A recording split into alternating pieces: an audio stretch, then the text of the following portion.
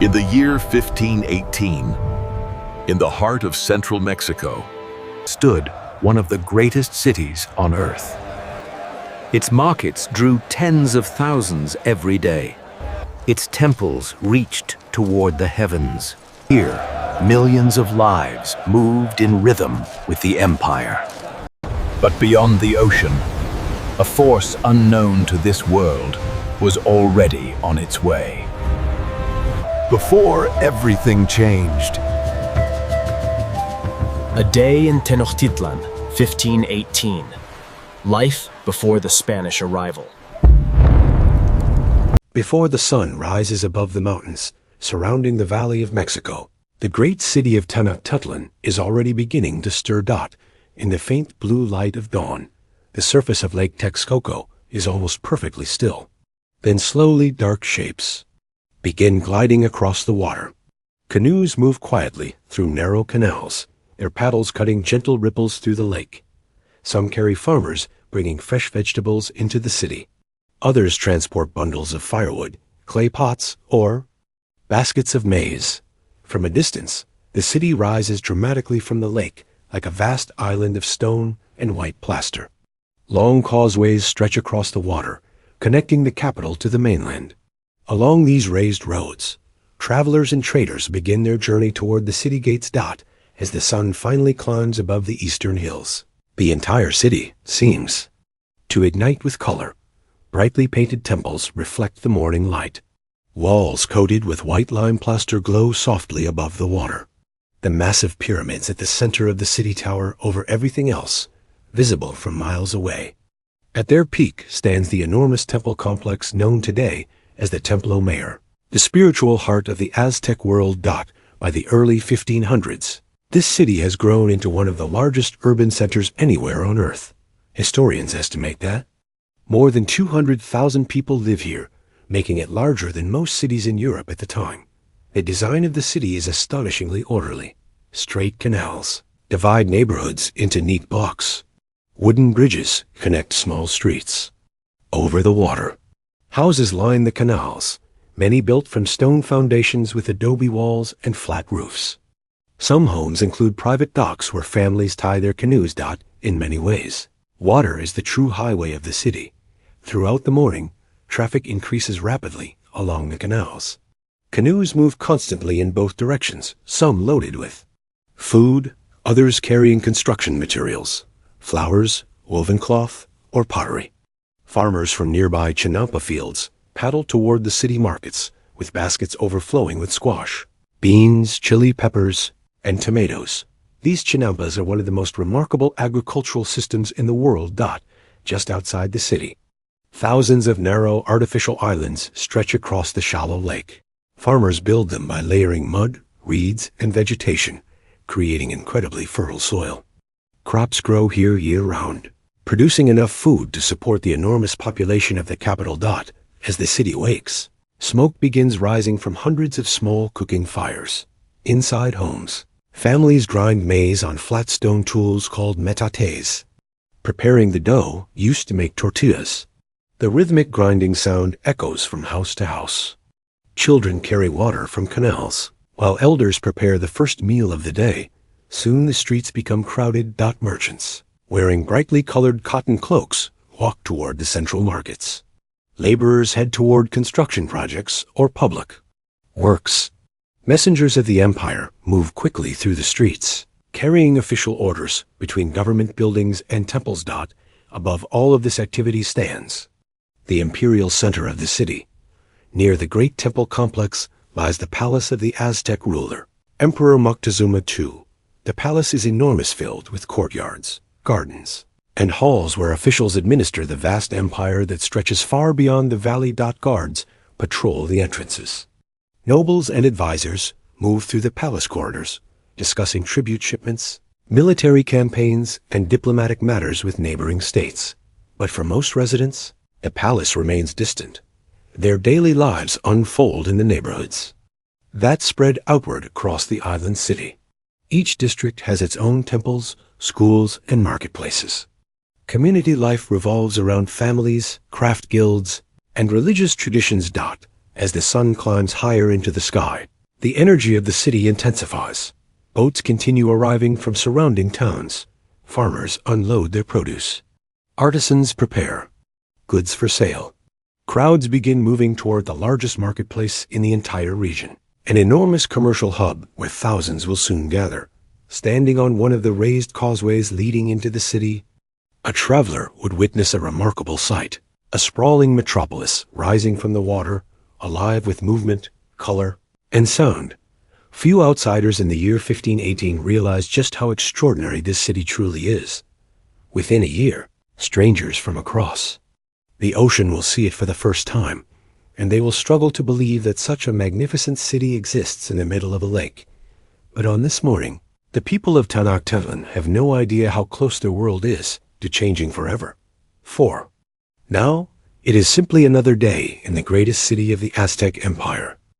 At the beginning of the 16th century, the city of Tenochtitlan stands at the center of one of the most powerful civilizations in the Americas. From this island capital in the middle of Lake Texcoco, the Aztec Empire governs vast territories stretching across central Mexico.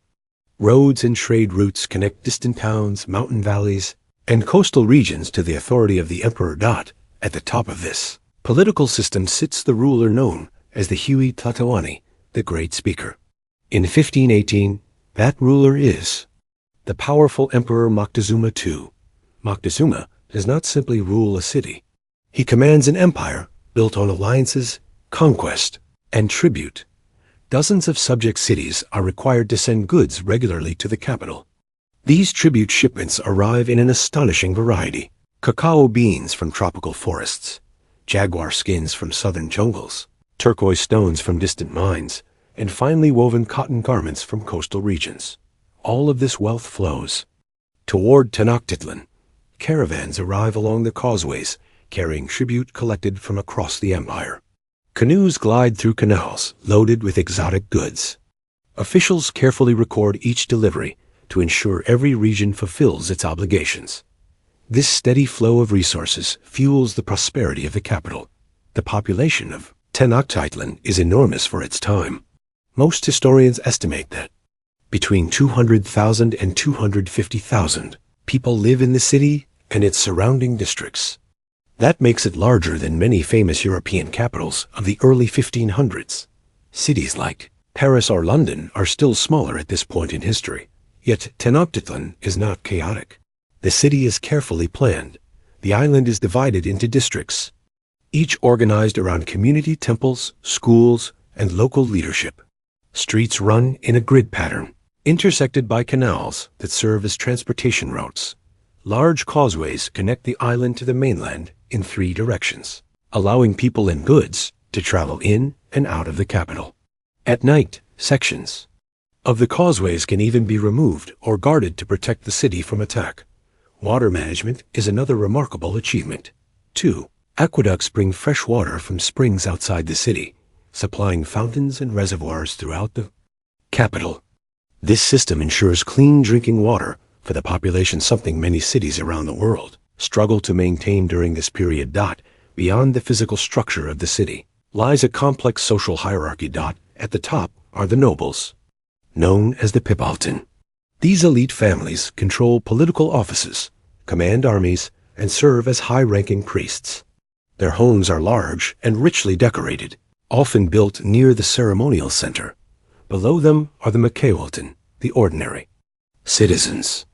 These include farmers, craftsmen, merchants, and laborers who form the backbone of the city's economy.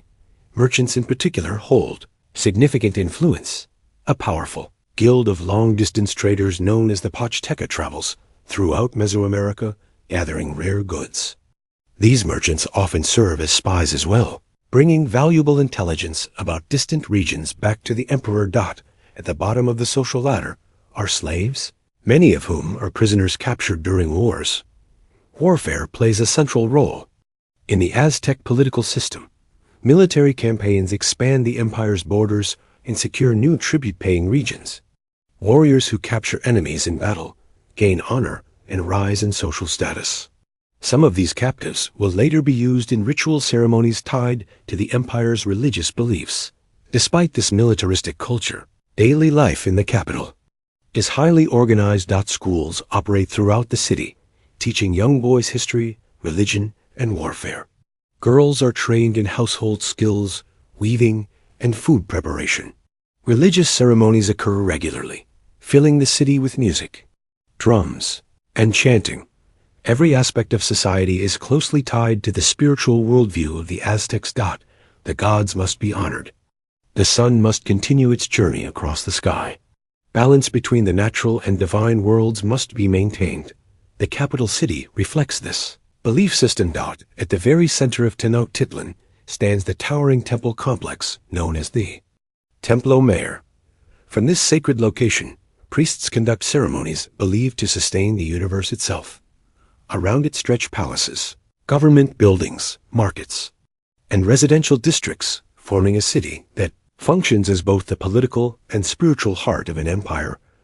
To the people living here in 1518, the power of their civilization seems unquestionable. The city is wealthy. The empire is strong. The gods appear to favor them. Yet beyond the mountains surrounding the Valley of Mexico, events have already begun that will soon challenge everything the empire believes about its place in the world. Far to the east, across an ocean none of the city's residents have ever seen, foreign ships are approaching the shores of the continent. And within just a few years, those strangers will arrive at the gates of this magnificent city. By mid-morning, the busiest place in Tenochtitlan is no longer the canals or the temples. It is the marketplace. Just north of the city's ceremonial center lies the enormous commercial district of Tlatelolco Market. Every day, tens of thousands of people gather here to buy, sell, and trade goods from across the empire. Spanish observers, who will arrive only a year later, will struggle to describe its scale. Some estimate that as many as 40,000 to 60,000 people fill the market on busy days. From above, the market looks almost perfectly organized. Different sections are carefully arranged according to the goods being sold. Vendors selling maize gather in one area. Those offering fruit and vegetables sit together nearby. Another section is reserved for textiles, while others display tools, pottery, or weapons. The system is remarkably efficient. Shoppers know exactly where to find the items they need. Market officials walk through the crowd, maintaining order and ensuring fair transactions. Judges even sit in special areas to resolve disputes between buyers and sellers. As you move deeper into the market, the variety of goods becomes astonishing. Farmers from surrounding chinampa fields sell fresh vegetables, bright red tomatoes, green squash, chili peppers, beans, and herbs. Nearby, women prepare hot tortillas on clay griddles, while the smell of roasted maize fills the air. Other stalls sell more luxurious foods. Baskets overflow with cacao beans used to prepare chocolate drinks. Honey harvested from stingless bees is poured into clay jars. There are even trays filled with edible insects, a popular source of protein in the region. Further down the market lanes, artisans display their crafts. Potters arrange rows of painted vessels and cooking pots. Stone workers sell obsidian blades sharper than most metal knives. Feather artisans offer brilliant cloaks, decorated with colorful feathers from tropical birds. One stall sells cotton garments woven in distant regions of the empire. Another offers jewelry made from jade, turquoise, and shells gathered along far away coasts. This market represents the economic heart of the Aztec world.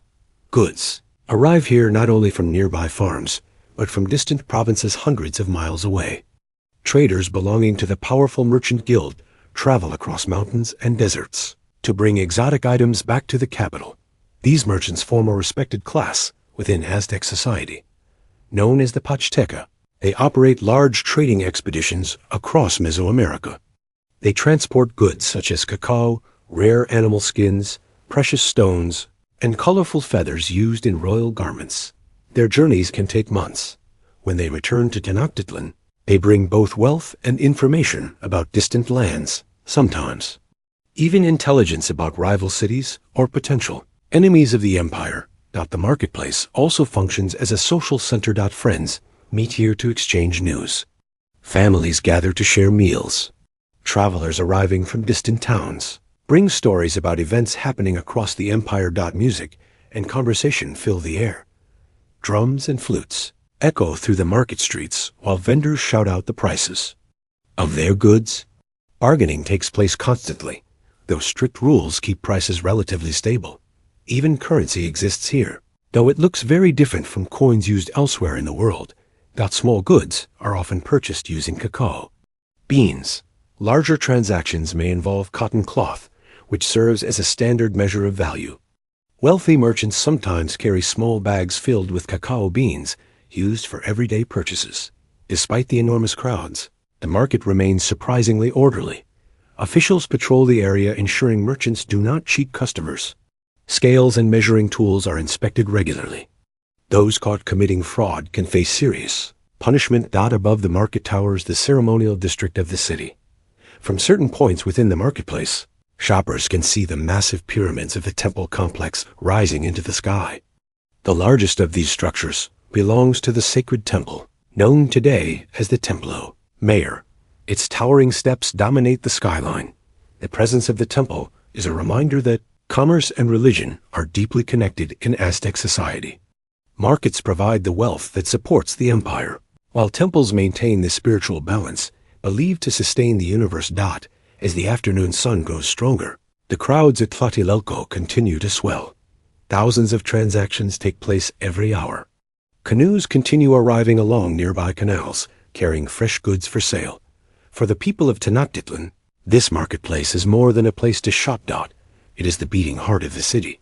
Yet even in this place of prosperity and constant activity, few realize that the world beyond the valley is changing rapidly, and that forces already moving toward the empire will soon bring this extraordinary marketplace to an end. As the afternoon sun climbs high above the rooftops of Tenochtitlan, attention begins to shift away from the markets and neighborhoods toward the sacred center of the city. The heart of the island rises a vast ceremonial complex dominated by the towering pyramid of the Templo Mayor. From almost anywhere in the city, its massive stone structure is visible. The pyramid stands over 90 feet high, built in steep tiers that lead to twin temples at the summit. These shrines are dedicated to two of the most important deities in the Aztec world, the sun and war god Huitzilopochtli, and the rain and fertility god Tlaloc. To the people of the empire, these gods are not distant spiritual figures. They are powerful forces that control the survival of the entire world.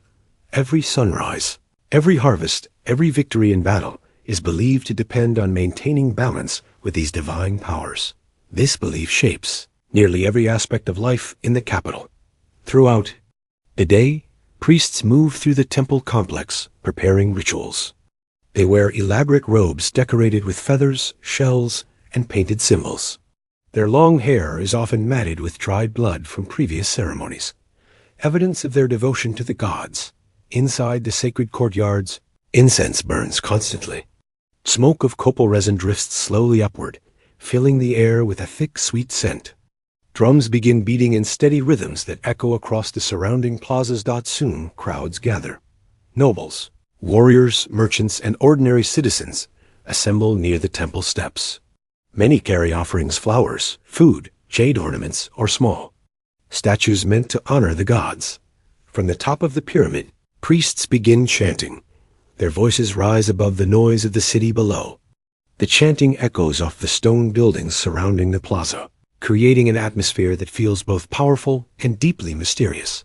Religion and politics are inseparable in the Aztec Empire. The ruler, Emperor Moctezuma II, is not only a political leader, but also a sacred figure, responsible for maintaining harmony between the human world and the gods. Ceremonies performed at the temple reinforce his authority. When priests perform major rituals, the emperor often watches from ceremonial platforms within the temple complex. High-ranking nobles and military leaders stand nearby, observing the sacred events that legitimize the empire's rule. Some ceremonies are small and private. Others are massive public spectacles. During major festivals, thousands of people gather in the plaza to witness elaborate processions, music, and ritual performances. Dancers wearing feathered costumes move in synchronized patterns while musicians play drums, flutes, and shell trumpets. These celebrations can last for days. Food is distributed to the crowds.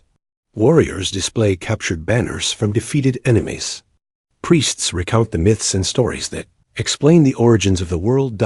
At the center of many of these rituals lies a belief that shocks many modern observers. The Aztecs believed the sun itself requires nourishment to continue its journey across the sky. Without proper offerings, the cosmic balance could collapse, bringing darkness and disaster to the world. For this reason, human sacrifice becomes one of the most dramatic elements of certain ceremonies. Captured warriors from enemy cities are sometimes brought to the top of the pyramid. There, priests perform rituals intended to offer the life force of the victim to the gods. To the Aztecs, this act is not simply violence, it is a sacred duty, meant to sustain the universe. While such ceremonies are relatively rare compared to the many other rituals performed throughout the year, they leave a powerful impression on those who witness them. And when foreign visitors will arrive in the city only a short time later, these ceremonies will become one of the most shocking aspects of Aztec culture to them.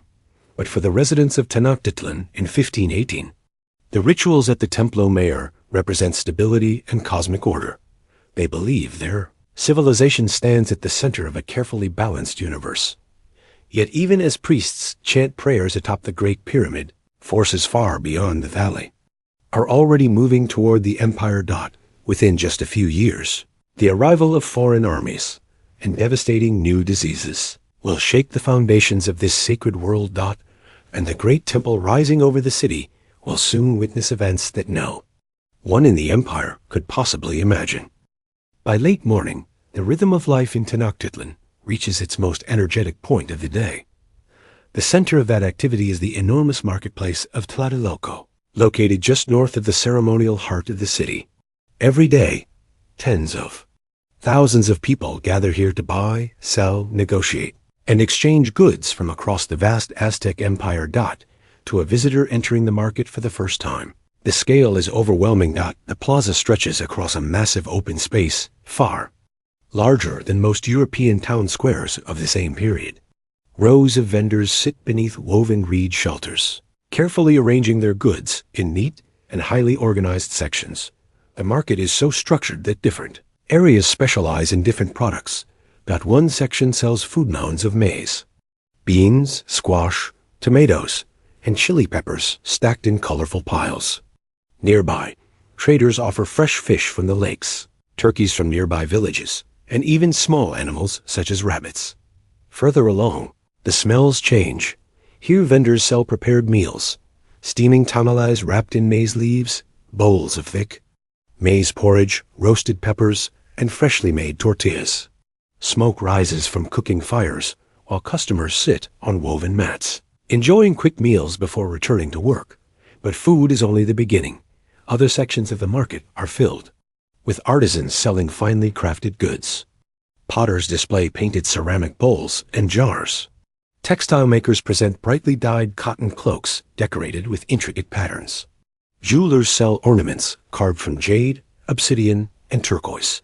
Some of the most valuable items come from distant regions of the empire. Bundles of colorful tropical feathers arrive from southern forests. Cacao beans from warmer lands are traded as both a luxury drink and a form of currency. Rare shells and exotic animal skins appear on mats laid carefully across the ground. In fact, cacao beans function almost like small coins. A few beans might purchase a tamale. Larger bundles could buy cloth, tools, or pottery. The system is simple, but remarkably effective for such a large marketplace. Despite the enormous crowds, the market remains surprisingly orderly. Officials walk through the plaza, ensuring fair trade practices. Judges sit in small administrative buildings nearby, ready to resolve disputes between merchants or customers. Standardized weights and measures are enforced to prevent cheating. The Aztec state takes commerce seriously. Trade networks connect the capital to regions hundreds of miles away. Tribute shipments arrive regularly from conquered territories, bringing luxury goods that reinforce the power and prestige of the empire. Professional merchants, known as Pachteca, often travel great distances to secure rare products. These traders are more than simple businessmen. They are explorers, diplomats, and sometimes even spies who gather information about distant lands. Their journeys help maintain the economic lifelines that feed the capital as midday approaches. The crowd grows even larger. Farmers who arrived early in the morning now unload their final baskets of vegetables. Urban residents search for ingredients to prepare the evening meal. Nobles send servants to purchase exotic goods or luxury foods. The noise becomes constant. Voices rise in negotiation. Vendors call out prices. Buyers inspect goods carefully before exchanging cacao beans or other items of value. The entire market pulses with economic energy. From above, the marketplace appears almost like a living organism. Thousands of people move in shifting patterns through the plaza, while goods flow continuously from one corner of the empire to another. For many residents of the city, this market represents the true heart of daily life. Here, news spreads quickly. Political rumors circulate. Travelers bring stories from distant provinces. Trade not only moves goods, it moves information. But beyond the busy commerce of the market, the empire itself is beginning to face forces it cannot yet see. Only months. From now, ships from across the Atlantic will arrive on the coast of what is now Mexico. Their leader, the Spanish conquistador Hernán Cortés, will soon begin marching inland toward the Aztec capital. At first, the people of Tenochtitlan will hear only rumors. Strange visitors with unknown weapons, large animals never seen before in the Americas, and diseases that will spread faster than any army. But on this day, in the crowded marketplace of Tlatelolco, none of those events have arrived yet.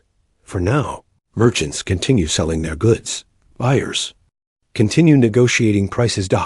And the great city continues its ordinary daily life, unaware that its greatest test is already on the horizon. By late afternoon, the sunlight over Tenochtitlan begins to soften, casting long shadows across the canals and plazas of the great island city. The enormous marketplace of Tlatelolco slowly begins to wind down after its busiest hours. Merchants pack away unsold goods into woven baskets. Farmers who arrived at dawn with canoes full of vegetables now prepare for the journey back to their chinampa fields beyond the city. The noise of bargaining fades into quieter conversations as the crowds gradually thin. But the city itself does not suddenly fall silent. Instead, its energy simply changes form. Along the canals, long lines of canoes begin leaving the docks, their hulls sitting lower in the water after being filled with goods purchased during the day. Some carry tools, pottery, or cloth back to surrounding villages. Others transport food toward distant neighborhoods across the lake. As the boats glide across the water, the setting sun paints the lake with deep shades of gold and orange. The towering pyramids of the ceremonial district glow in the evening light, their massive stone steps reflecting the last rays of the day. From far away, the silhouette of the sacred complex, especially the towering pyramid of the Templo Mayor, still dominates the skyline. Within the temple district, priests continue their rituals. Smoke from burning copal incense rises slowly into the evening sky. Drums echo across the plaza as ceremonies mark the transition from day to night. Citizens walking through the area often pause briefly to offer prayers or small gifts before returning home. Religion remains deeply woven into the rhythm of daily life.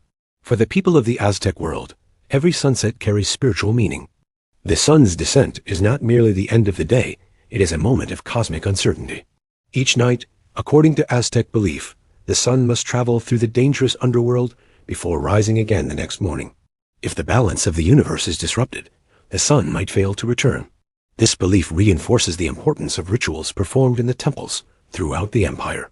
The ceremonies are meant to ensure the continuation of the natural order, the steady cycle of days, seasons, and harvests that sustains human life. Meanwhile, throughout the neighborhoods of the city, families prepare the evening meal. Inside homes built along the canals, cooking fires burn once again. Tortillas cook on clay griddles, while stews of beans, vegetables, and chili peppers simmer in ceramic pots. The smell of roasted maize drifts through the streets. Children who spent the day helping with household work or errands now gather with relatives to eat. Elders share stories, recounting myths of the gods or tales of past wars and victories of the empire. Beyond the residential districts, the imperial palace of Moctezuma II remains active long after sunset. Messengers continue arriving with reports from across the empire. Tribute records are reviewed. Advisors discuss border conflicts, alliances, and military campaigns. Even in the evening hours, the machinery of imperial governance never truly stops. The Aztec Empire stretches across vast regions of central Mexico, and its capital must constantly coordinate the flow of resources, information, and authority. Yet despite its immense power, the empire is entering one of the most fragile moments in its history. In the year 1518, strange reports are already beginning to circulate along the eastern coasts of the empire. Fishermen and traders speak of enormous floating structures appearing on the horizon ships, unlike anything seen before in the Americas. Some describe pale-skinned strangers wearing metal armor. Others tell stories of animals large enough to carry men into battle. Most people in the capital dismiss these stories as exaggerations. After all, the empire has faced many rumors before. But within just a year, those distant sightings will become impossible to ignore. The arrival of Spanish forces led by Hernán Cortés will trigger a chain of events that transforms the history of the entire region. Alliances will shift. Cities will rebel. Disease will spread with devastating speed. And the magnificent city of Tenochtitlan, one of the largest and most sophisticated urban centers in the world, will face destruction on a scale few of its citizens could possibly imagine. But on this particular evening, none of that future is visible yet. The canals still glow in the fading light. Families still share meals inside their homes. Priests still chant prayers beneath the towering temples. And across the lake, the greatest city of the Aztec Empire settles quietly into the night, unaware that its world is about to change forever.